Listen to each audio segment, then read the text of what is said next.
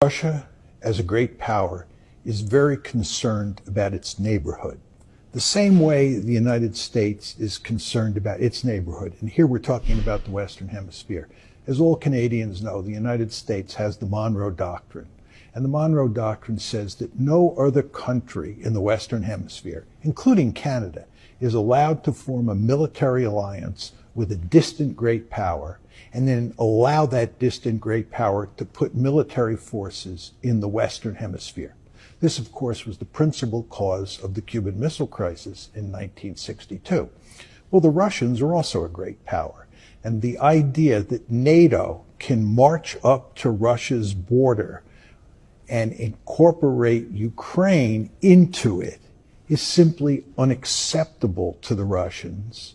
For the same reason, it's unacceptable for the United States, for the Soviet Union to put missiles in Cuba. In other words, great powers care greatly about the spheres of influence around them. And Ukraine fits very neatly in this category for the Russians. When great powers think that their security is being threatened, you do not want to underestimate how aggressive, how nasty they can be, how brutal they can be. So what you see the Russians doing in Ukraine is, in my opinion, not surprising at all. And in fact, in 2008, at the Bucharest summit, when NATO announced that it was going to bring Ukraine into the alliance, Putin made it unequivocally clear that he would destroy Ukraine before he let that happen.